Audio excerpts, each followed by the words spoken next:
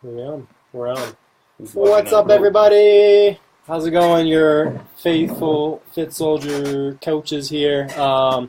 Minus Wendy, she's off camping. So we're doing a live Q&A. You'll be able to see this later, obviously, and just give people a few minutes to hop on here and we've got some questions thrown out there that we picked up over the last week. So we'll start with those. If more come up while we're talking and we have time for it over the next 15 minutes, then definitely chime in. If we don't have time, we'll make sure you get the answers you need so you can get better and thrive. So, how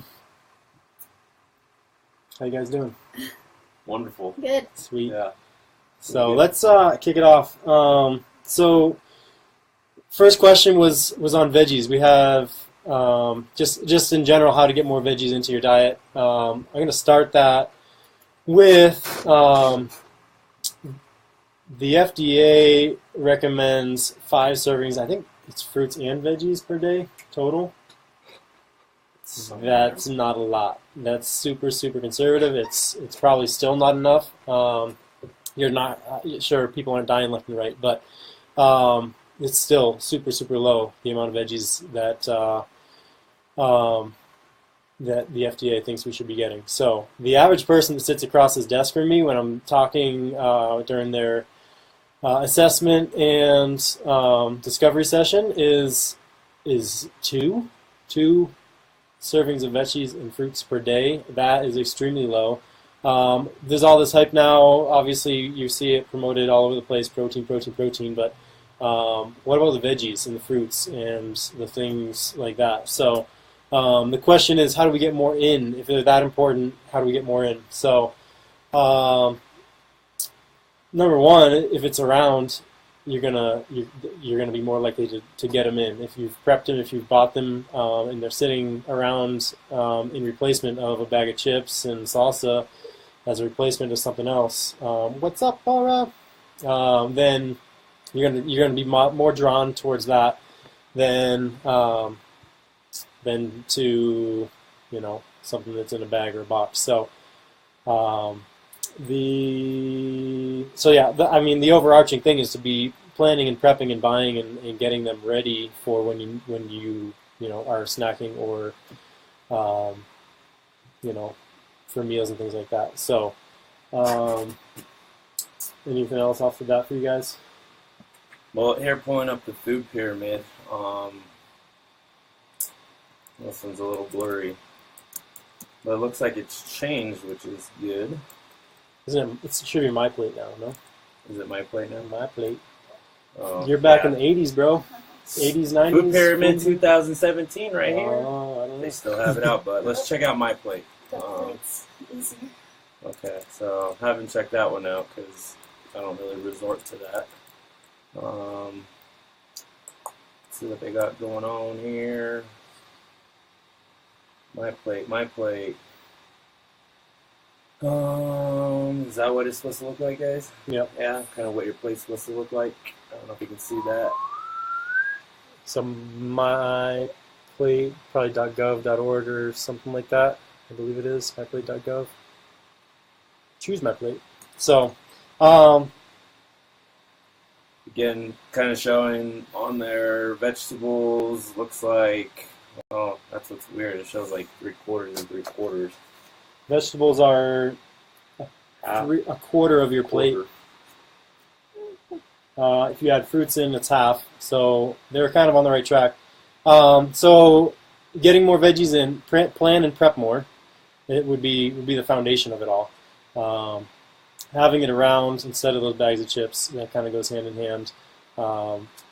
Aiming to eat a veggie and a fruit at every meal and snack. So if you have them prepped, you have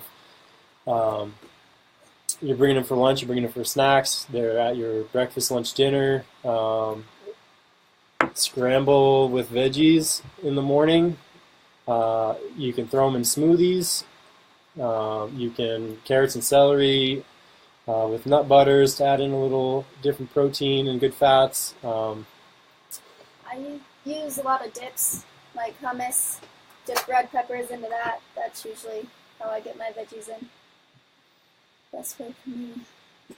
You could even Instead of chips. overload it with humongous salad, and you're going to get loads and loads of nutrients, a lot fewer calories. There's a video on YouTube that I put out of the whole huge clamshell that I would do for lunch a lot of times. I'm eating for 3, but the nutrient density in there is probably my day's worth of veggies, but the calorie load is super low. So throw in a salad at least once a day. There's going to be a decent sized salad. There's going to be a couple servings at least in there to get you to bump that up, and then aiming to get something at every meal and snack if you're throwing those in. So half your plate of a veggie and a fruit. What else? What are other ways you get it in? I think everyone's hit every form of how to get veggies in. Omelets are definitely amazing. I haven't had a shake with greens in a while, but I know it's really good for you. I think that's it. Are we still going off of how to get veggies in? Yeah, so I think that's, plan and prep, get it in, plan and prep, and plan, meal map your week out, your days out, so that you have it with you and it's easy to get, and it's not just rotting in your fridge because you haven't prepped it and you don't feel like doing it. So it takes a little bit of extra time, but you're eating better, you're saving time in the long run, and you're not wasting food and money. So plan, prep, and let's get more in. Have it at every meal and snack. So can anyone say stir fries? Stir fries are huge. Stir Lots of fries. veggies and stir fries. So As long as you got a good Yep. clean sauce, right? No added sugars. yeah, just pointing to you. Yeah, you get So- this out there. Moving on, next question was on the keto diet trend. You're probably hearing more about this. What are the, is it this, for those new to us, we want to see whole foods as often as possible. So the question was, is it the same, is it different, and that. So Joey, our keto expert, let's break it down for us. What is keto for the people out there? Well, keto, I tried it out. My energy was running low, kind of figuring out what works for your metabolism. And I found that I had a gluten intolerance, so, and not only that, and dairy affected me as well. So kind of got away from that, and I wanted more energy. And so I started researching, through Dave and I think even Eva got into it, just listening to different podcasts and different health experts in the field. I ran across keto, and so basically it's a really high-fat diet. 70% of your calories are coming from fats, where 20% will be coming from protein, and then anywhere from 5 to 10% will come from your carbs. And so you're really limited on carbs, and it's a lot high fat, so good fats coming from avocados, your nuts, even sardines, which I love now. Dave got me into that. Fish, those are all the good healthy fats. And so technically what happens is it's good for your cellular healing. This is a great book, easy, quick read, breaks everything down for you, nice and easy. Yep, here it is. Dr. Pompa there. So lots of good, healthy recipes in there as well. And from there, it can get complex, right? So fats, you yield 9 calories per gram. Okay, so, and then you got protein was going to be 4. Your carbs are going to be 4 as well. And then your alcohol, which we shouldn't be consuming, is 7. So lots of sugar there. And so basically, you're getting a lot of calories. It's going to sustain you longer for a longer period of time. So being that with a lot of good healthy fat calories, so you get more energy. And so noticeable difference. It's not for everybody. Again, we always say eat clean, right? And figure out what works for your biochemistry. My biochemistry is going to be different than Eva's. She's a lot younger, right? Dave's a runner.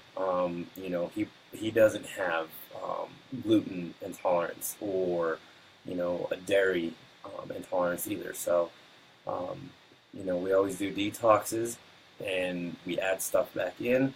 You figure what affects you and what affects you in a negative way, right?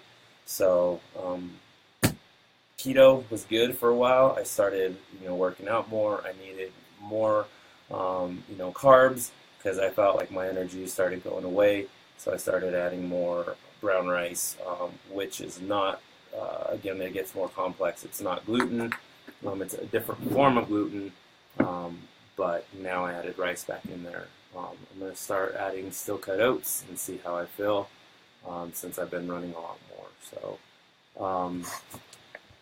who asked it? Katie? Seaton here. Actually, this is one of the members because I told her I was going keto. Sherry. I know I call her different names. So, but yeah, she let me borrow this. We can ask if you can borrow it. If not, you can probably pick it up on Amazon. Again, cellular healing, really quick, easy. Yeah. Yep. So, yeah, if that didn't answer your question, Chime in. We'll see you tomorrow at 12:30. Yeah. Miss Seaton. Okay. We've got one popping in. Marcy Whitman, what's up? How are you? Your question is: stuck at the desk, sitting in meetings all day. How can we work 10 to 15-minute activities into the day? Ankle weights while sitting at the office? ? So, movement is key. It's hard when you're sitting at the desk. Your total movement throughout the day is going to far exceed your 1 hour of exercise. So, trying to figure out ways to get movement into the day. Obviously, if you're in a meeting and you can't physically leave your desk, then that's one thing. If it's something outside of a meeting, then how can you plan? Make an excuse to get to the watering cooler, do a lap around the office, the building, hit the stairs. Getting a little extra movement doesn't have to be a workout, but adding in movement is going to add in a lot more calorie burn, and that's going to add up over time. You can throw in little mini exercises. Do 20 squats every time. Someone sends you an email. Lose the chair. Just hold the squat while you're working at your desk. Eva says air squat. Yeah, that could be a long time, huh? Well, yeah, So yeah, you could lose the chair within for a little bit of time. Obviously there's the growing trend is standing desks, treadmill desk, elliptical desks, those kind of things. If that's an option for you, any movement is better than no movement. Stretches, active stretches, huge. I'm always telling Adams County, they're always on their desk, so just, actively stretch and open up their shoulders and arm circles, swings, things like that is going to help you in the long run.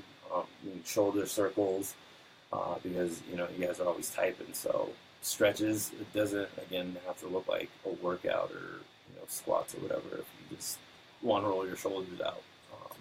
Is a good thing. So. Yeah, so movement at the desk, that could be fidgeting to, something more intentional. One thing, if you're doing repetitive tasks, if you're in things like that, every time, it's going to depend person to person. Every time a phone call comes in, you do blank. Every time an email comes in, every time you have to, finish a folder and move on to the next, whatever your daily tasks are. Every time someone says a certain word in a meeting, then tap your feet 10 times. I don't know. They can be little things that are going to add up to more and increase movement, general movement throughout the day. So hopefully that helps. Yeah, she liked that, your air squat deal. There you go. So just hang out there and let the quads smoke up. Find any excuse to go take a walk. Yep. Get some water. Water, add in more water, stairs, whatever that looks like. So we've got a couple more popped in. And Laura, good post-workout snack. I'm going to always say eat real food after. So if you're working out in the morning, go have breakfast. If you're working out in the evening, go have dinner. It doesn't have to be, I worked out, I got this, now I deserve this recovery shake or bar or whatever it is. Real food is always going to trump, a shake or anything like that. So number one, real food. If you're strapped for time, we have one of our longest client right now. She lives probably an hour away. She works out in the evening after work and then drives home. So she is not going to go home and have dinner in a timely fashion. So she has, a specific bar. Bars are never going to be 100% perfect, but she's found the ones that she enjoys that are going to be the cleanest possible. I'm not sure what it is right now. But our favorite bars are probably Lara Bar, RX Bar. RX Bar. Anything else? Any other bars? Obviously, Lara bars. So those are some of our favorite bars for kind of tiding you over until you can get a real meal. Shake-wise, obviously we're bone broth people. There's so many more nutrients and qualities in bone broth protein than your whey and your dairy and your soy and that kind of stuff. So bone broth protein, making that a shake, making that more of a meal by adding other things in and blending it. So those are going to be other better options. So what other post workout? And always drink water. Here's one that always comes up. How much protein should I be getting? So Dave and I tagged him in how much protein we should actually be getting. So that's always, everyone's always questioning how much protein should we be getting. So you're going to have doctors who say women should be getting, anywhere from 20 to 25 grams of protein, per meal or post-recovery, where men should be getting 25 to 30. So, I say, go with, 4 ounces of chicken, 4 ounces of chicken for a woman, 6 ounces for a man. Again, just because men process that differently, and they need a little more. So, so that should be roughly about 20, I think it's like 20 grams of protein. And going off of real food. So, that's one thing. I don't know, hopefully that answers your question. Adding a good, carb to that. And it should be technically coming from a vegetable. Again, because I don't do complex carbs, but maybe Dave does. So I add good healthy fats to that. So I get a healthy fat. I'll do a handful of almonds. Then I'll get my protein. And then now that I'm modified keto or whatever, I'll get some veggies or a little bit of rice, depending on what my post recovery looks like for that day. So, cool. Hopefully that answers post recovery. At least for the amount of protein you should be having. It shouldn't be way up there, but it shouldn't be like 7 grams either. Yeah, should get. So one more quick question. We're over time, but we'll throw this one out there because I think it will be quick. So, Katie, you also asked about cravings and what is it telling you your body needs, whether it's salt or sugar, that kind of thing. There's 4. Where'd it go? Where'd my notes go? Oh, there they are. There's 4 different kind of areas that are going to dictate your cravings. Bacterial, if you're eating a lot of sugar, the bacteria is going to start to cause you to crave sugar. Nutrition,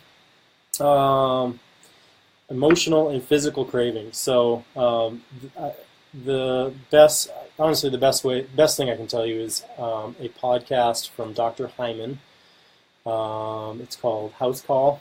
And it's actually their most recent one. They talk about cravings from another woman who's an expert in that field. So go get on your podcast. It's only like a 6, 8, under 10-minute podcast, just a quick snippet answering questions on cravings. So we could keep talking about that, but that should be a solid foundation to get you started on craving your craving question. So sweet, this was fun, and we'll definitely do this again. So if you have more questions, then fire them over any way you can. Email, Facebook. Thank you for joining and hanging out with us for a little bit, and we'll have some more fun stuff to come. So yeah, as always, we're committed to your results. Give us your questions. Let us know how we can help you, and we want to see you live healthy and thrive for a lifetime, not just a diet season and all that good stuff. So peace out. Later. See ya.